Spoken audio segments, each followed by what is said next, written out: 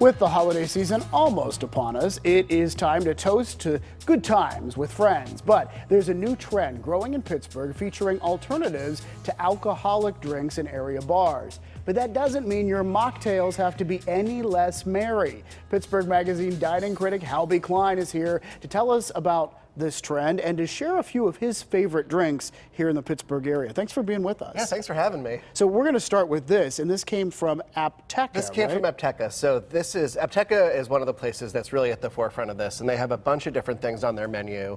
And this is kvass. So This is a Russian drink. It's barley and rye, and it's like a perfect beer sub. Also, not only is it like an insanely cool can, oh yeah, and it cracks like a beer. It's a great beer substitute. And so when you try it, you get all that maltiness. Oh my gosh, yeah. Right? Yeah, this isn't messing around. Yeah. It's got all the flavors. It's got all the flavors. Yeah. So if you're looking to pair something that you would normally pair with a beer and you don't want to drink, you can have something like this.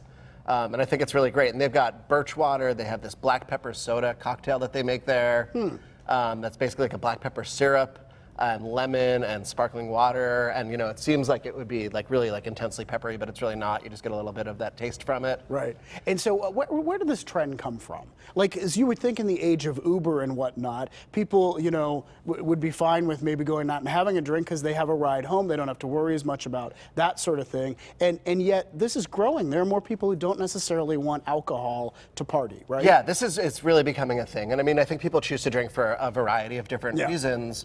But I think just like as a society in general, we're thinking, like maybe we don't want to go out and get bombed every time we go out. Or when we go to dinner, we don't want to have, maybe like 3 bottles of wine. So maybe if you're choosing to not drink at all, you want to have a bunch of different things. Sounds like we need to go to dinner, Hal. Well, and tell me about calories. So, like, are we saving calories too by not having the alcoholic? Sometimes, yeah. So I think alcohol. So if you're going to have, say, a cocktail, if you're going to have an alcohol-free cocktail, like popularly called mocktails now, that shot that's going to go in there is about 60 calories. And so by not putting it in there, you're not drinking that. And so, so you're not drinking that. It's good for your health. You're saving a little bit, but I think it's more just, like, what do you want to feel like the next day? What do you want to, like, have the course of the evening go like? Makes sense, yeah. And so, and it's really great that local restaurants are now recognizing that and making an effort to like have a couple things on their menus. And some of the places in this story are doing really interesting and exciting stuff. And let's talk about it. Where do you want to start? Kaya? So Kaya was really like ahead of the game for this. So this is one of the big Burrito Group restaurants. This Love is their Kaya. strip district. It's a great place. And they have, an entire section of the menu called non-alcoholic refreshers. So things that, you might expect to find. Things, yeah. Yeah, it's really great beautiful. Picture. So the front one is one called Fernando Tonic, which I think is just like a really great drink. That one, in a similar way to this kvass, like drinks like what it sort of wants to be. So it drinks like a cocktail. It's tart, it's dry, it's really lively, but there's no, it's something that traditionally might have like gin or rum in it. And instead there's just, it's just what it's made with, but it's made really smartly, it's made really deliciously. It's a great way to start off the evening. And it has all the flavors that and you're all the looking flavors, for. yeah. All right, so next is Everest. Yeah, so Everest is one of the Bhutanese Nepali restaurants in the South Hills. Okay. And they have a Bhutanese dish there called butter tea. And so it's exactly what you're thinking it is. It is tea that is whipped with butter and salt. Sounds good. And so, instead of like a kind of sweet tea that we might have at the end of the meal, it's really savory. One of my friends actually was like, this tastes sort of like drinking toast. He said that in a good way, and so it adds a whole other layer to like your meal. And I think with the food at Everest, it tends to be on the spicy side. And so to have something like this that has that fat in it really balances out the flavor. Oh, I'm intrigued by this. Yeah, I want to try this. It's delicious. All right, so is the next picture is Spork? Is this the tonic? This is, I think so. So this is Spork. So this is the Chicha Morada. Oh, okay. So this was, Spork has a garden.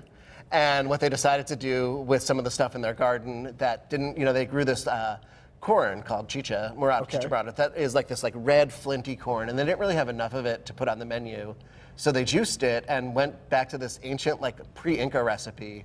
Oh wow! For this drink that's like corn juice and lemon and a little bit of cinnamon, and it's like it's really good, and it gets like it sort of gets all that corn flavor, and it's bright from the lemon. And we want to talk about Butter Joint too. Yeah, Butter Joint. So Another place I love. yeah, another place, another amazing place, and another place that's constantly thinking about how can they make things welcome for their guests. And so they have for a long time been making shrub. What is shrub? Okay, so shrub it's drinking vinegar.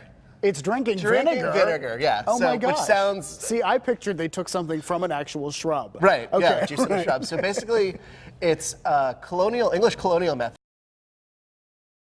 where you would take whatever the fruit is from the season, especially the stuff that's bruised or left over, so peaches that didn't quite, weren't perfect to eat, or if you just had too many peaches or you wanted to think ahead for the winter months, right. You'd preserve it in sugar for a couple days, and then you'd add vinegar to that, which would stabilize it.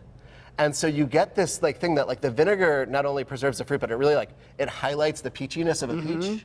Or the appleness of an apple. So you do that, you match the vinegar with the fruit, and then you serve it with a little sparkling water. And so it's it's one of those things that I think people think oh man, drinking vinegar, but it's really delicious. No, I'm intrigued. It feels it's kind of almost like a tonic to drink it. Right, right. All good info. Cheers to you, Cheers Hal. to you. I love it when you're here. Read more about alternative drink options for the holidays at area bars and at home. And it is in Hal B. Klein's Smooth Sippin' article, which is in the November issue of Pittsburgh Magazine, on newsstands and also, of course, online.